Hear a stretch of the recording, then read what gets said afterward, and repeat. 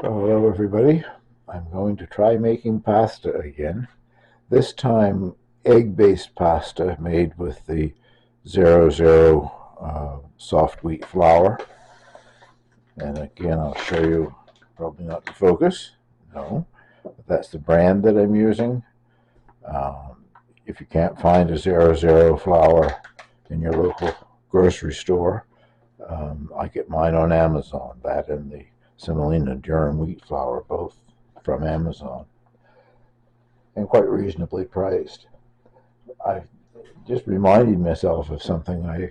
A number of years ago now, I worked on a couple of farms in Italy during the winter with a agency called HelpX.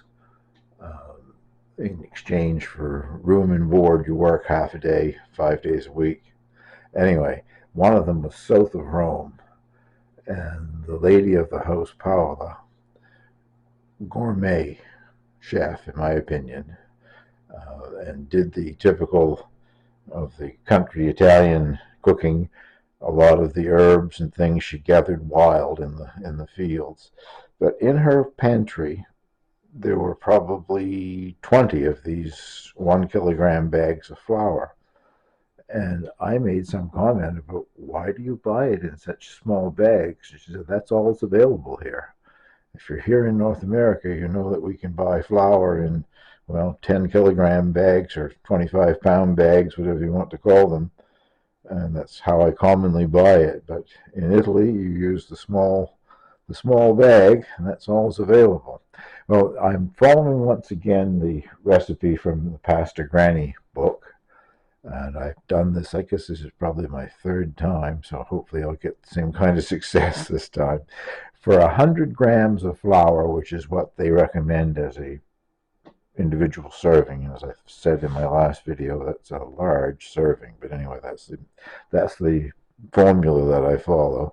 100 grams of flour, 55 grams of egg, 4 eggs was too short, not nowhere near enough, and 5 was too much. So what you do is you just take the eggshell and use it as a cup and remove some of the white until you're down to, in this case, 220 grams of egg. And if it holds true to what I've done in the past, it will have to have a little water added to it. Different times you hear online chefs and whatever saying that the amount of liquid depends on how dry your flour is. Well, this must be very dry. I don't have to add anything too much, maybe a couple of teaspoons or whatever, just to bring it together, but it does usually take a little extra. And I, of course, am cheating. I'm using my stand mixer. You can do this by hand, making what the Italians call a volcano, a fountain of your flour on the table, and scooping out the center of the pile of flour and adding the eggs and mixing it in by hand. But, well, I guess you start by using a fork or whatever to beat up the eggs a little bit. I'm convinced that it's much easier to do it in a stand mixer, so that's the way I'm going. There we go. And the dough hook.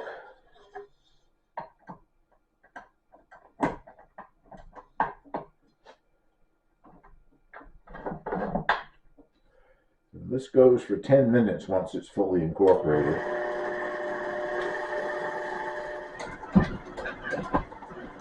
So I did add, maybe a couple of tablespoons of water just to bring it together until it came into a nice ball like that to be kneaded. And now it kneads for 10 minutes. Well, it had its 10 minutes of kneading, and it's come together quite nicely. It's nice and soft. Now it gets to rest for 30 minutes with this particular type of pasta, the egg-based pasta with the 00 flour. Recommends a resting period of at least 30 minutes to let it relax some of the gluten that it's formed, I guess. I'm going to be making ravioli, which I guess I haven't said so far in this video.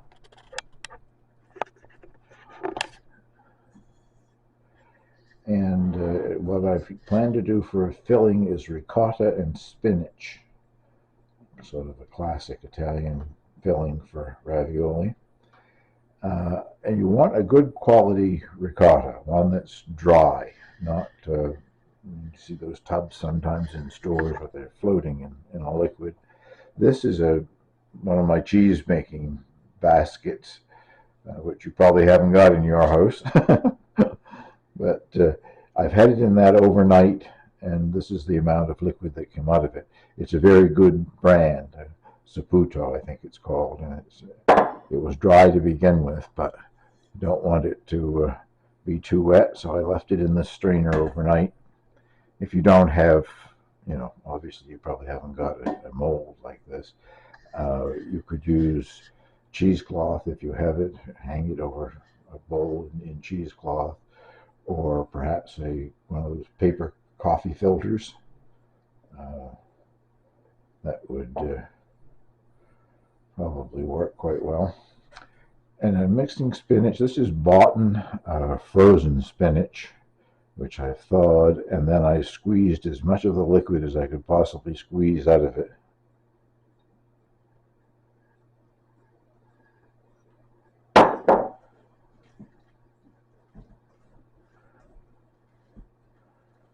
Squeezed all the liquid, and then I'm going to add liquid here in a minute. Put an egg in it. I'm surprised this particular brand, or whatever, might even been no name brand of frozen spinach, came already chopped. So I didn't really have to do much chopping. I did a little bit just to make sure, but it wasn't frozen whole leaf anyway. It was already chopped.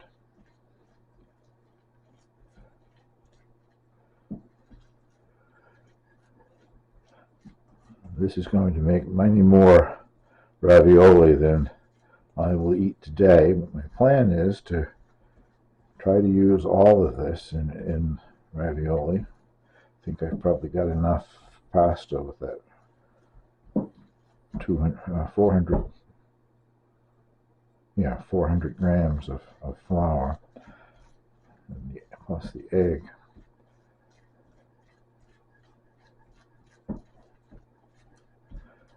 So, I'll add an egg.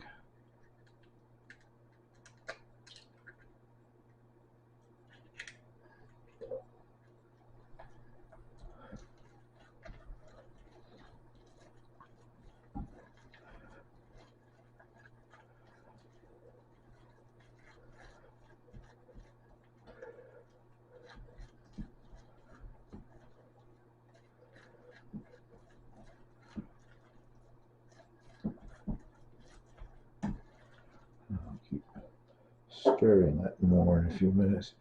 Adding the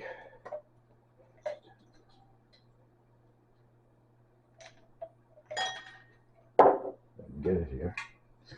The Italian seasoning that maybe a lot of people don't know about, but nutmeg is often used in Italian pasta sauces and whatever. Not a great deal because it's a powerful sort of a flavor, but and a little nutmeg.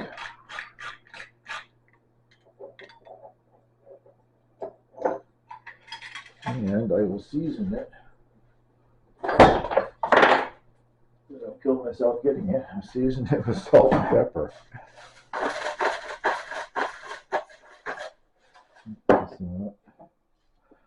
is my pepper mill. I love this mill. Jacques Pepin uses one in most of his videos. This is where I first saw the thing. It's made by a company called Peppermate. You think of Papermate, the people that make the pens, writing instruments, but this is Peppermate.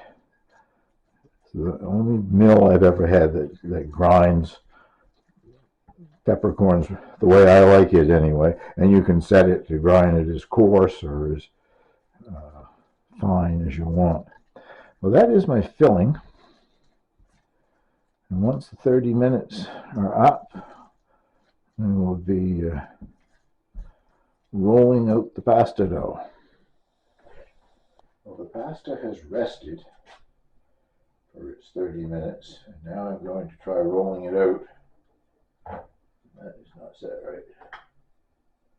Set it in 1.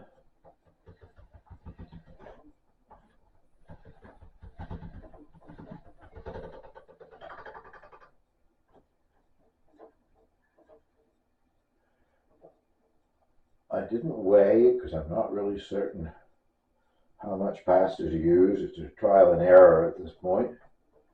I need a piece that is about a foot long and 4 inches wide. This is now on setting number 2.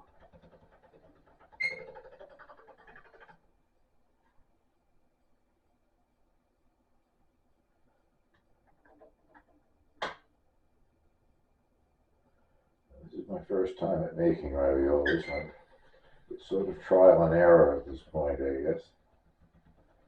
That's number 3. I'm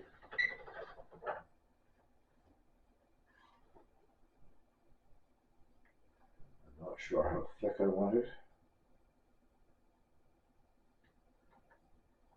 I'm making this, using this particular kind of pasta before, making like spaghetti or whatever. I went over to number 5. This is number 4.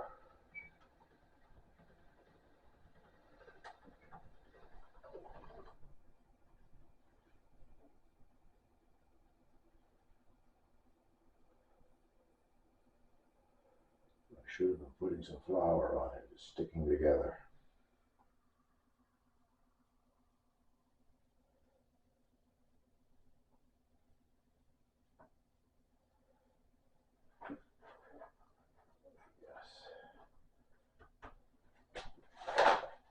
Add some flour, but I don't think I have put enough pasta there anyway.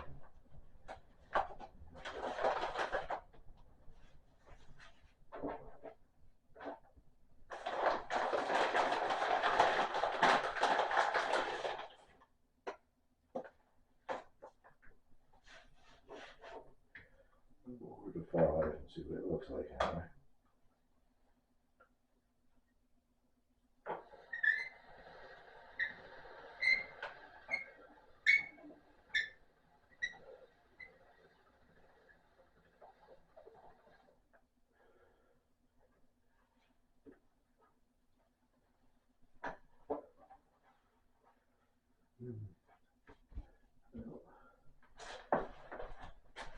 I had measuring tape. I'll measure it, I guess, and see whether I got better than that or not.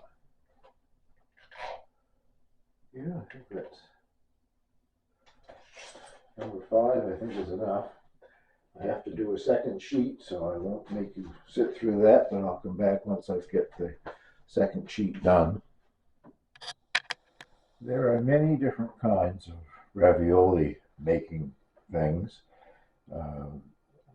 all the way from an individual stamp, which you can have ones that are round or square or whatever, to this particular contraption, which I think from something that I read is this is sort of attributed to being Sicilian. This particular one came a long ways from Sicily. I think it came from China, like a lot of things that I order, but I'm impressed with the quality. Well, I might as well just show you by demonstrating, I guess. But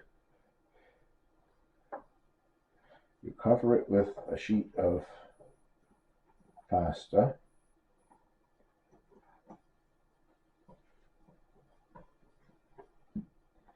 And then you use this thing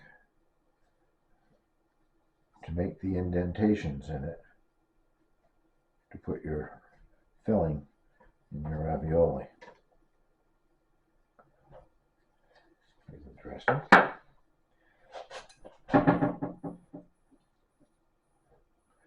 You don't want to overfill them. You don't want the things to burst. I will endeavor to just put a bit in each one.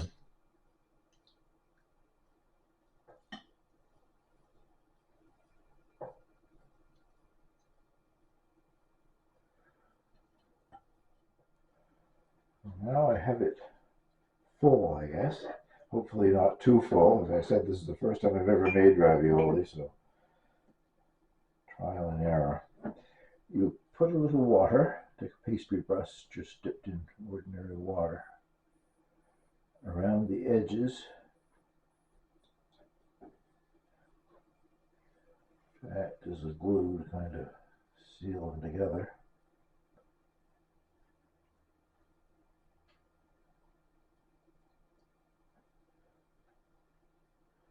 I think I can see where I've got a problem already. I should have had this a little longer. As I say, first attempt.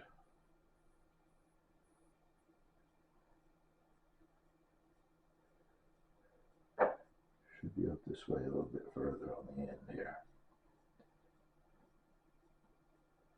There we go. Time will tell. You lay your second sheet over this.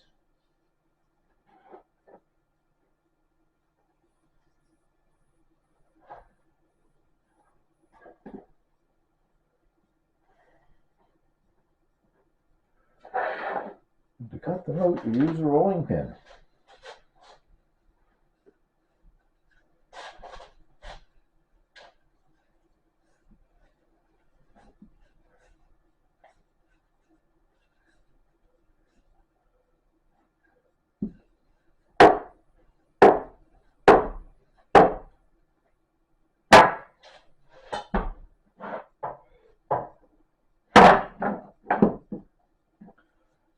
Some wrinkles in my pasta there.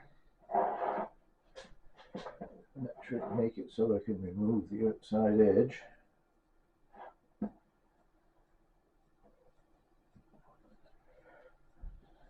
What if I rolled it all the way to the edge? There. Oh.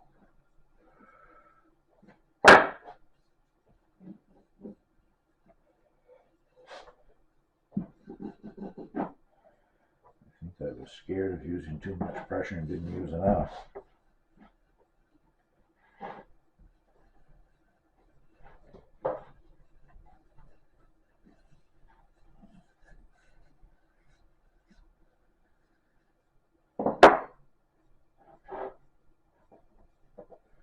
There we go.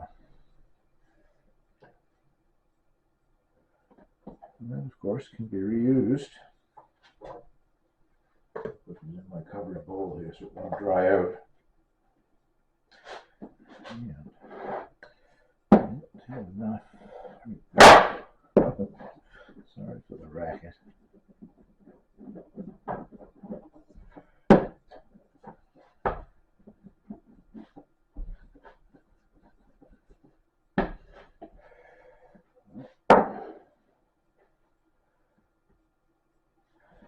Nothing ventured, nothing gained, eh? Well, I'm being brave and just pushing them out one at a time. I tried just thinking it would fall out if I flipped it over. That did not work too well. So.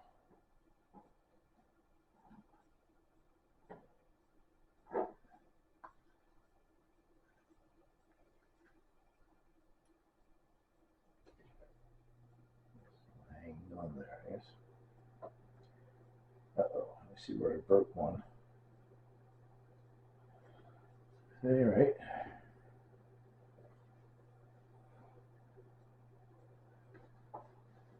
Just to make sure that they are sealed well, you should take a fork and gently press around the border on them. This one here, I don't know, I got too much stuff in it, I guess.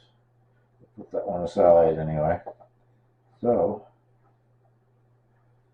once I have done this to all of them,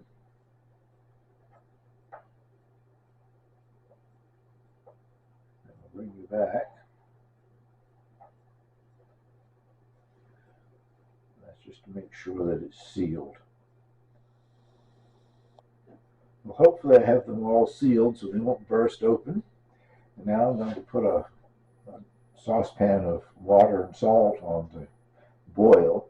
But in the meantime, I'm going to make the sauce that I plan to use.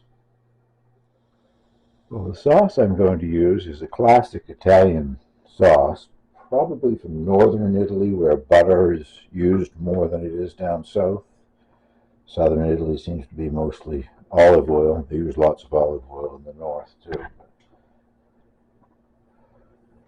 It's butter and sage.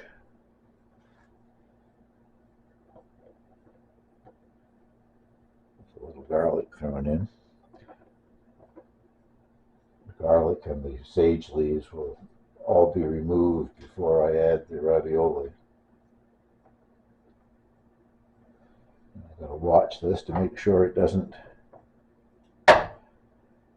burn. I don't want burnt butter. I've got it going quite high there now just to melt the butter, but I will turn it down considerably shortly. And fresh sage leaves. I think 3 will probably be enough.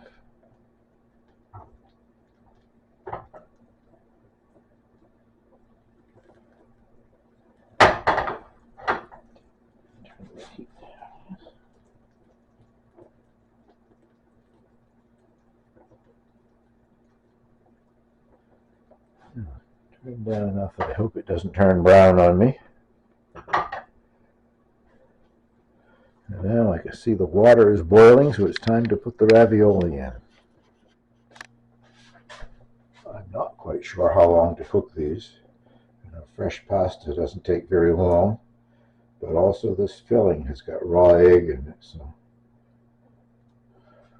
I want it to be cooked through, so 3 or 4 minutes at least, I imagine.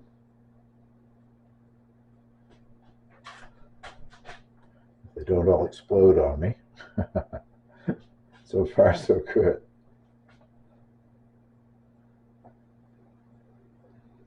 They've got sort of returning to the boil already, I guess.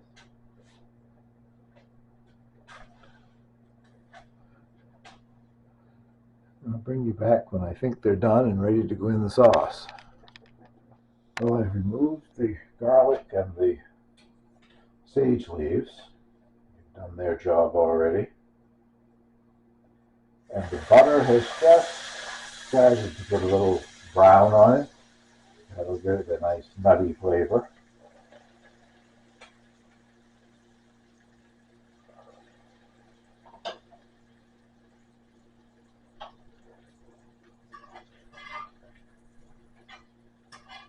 Just coat them and keep them warm in this. I've shut the heat off under the skillet.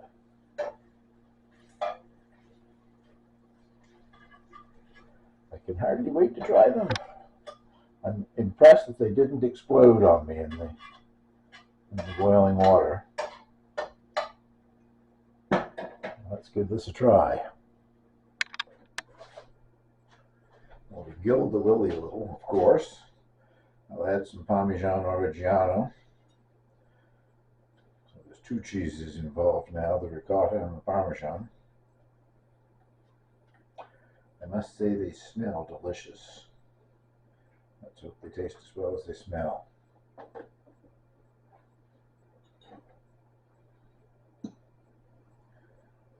This one's got a lot of cheese on it. I like the cheese.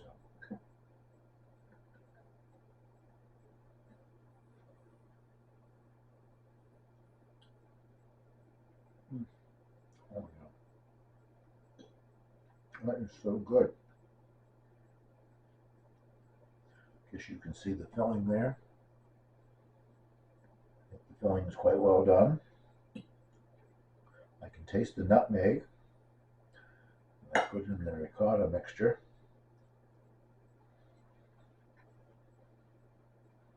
And of course the butter and the sage and the garlic. It is wonderful. Well, you don't need to listen to me brag all day here.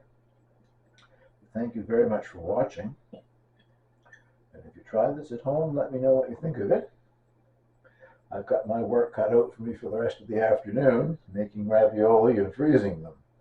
I'll put them on a large cookie sheet, put them in a freezer and freeze them, and then package them in individual serving bags, little like Ziploc sandwich bags type thing, and freeze them. Well, thank you for watching.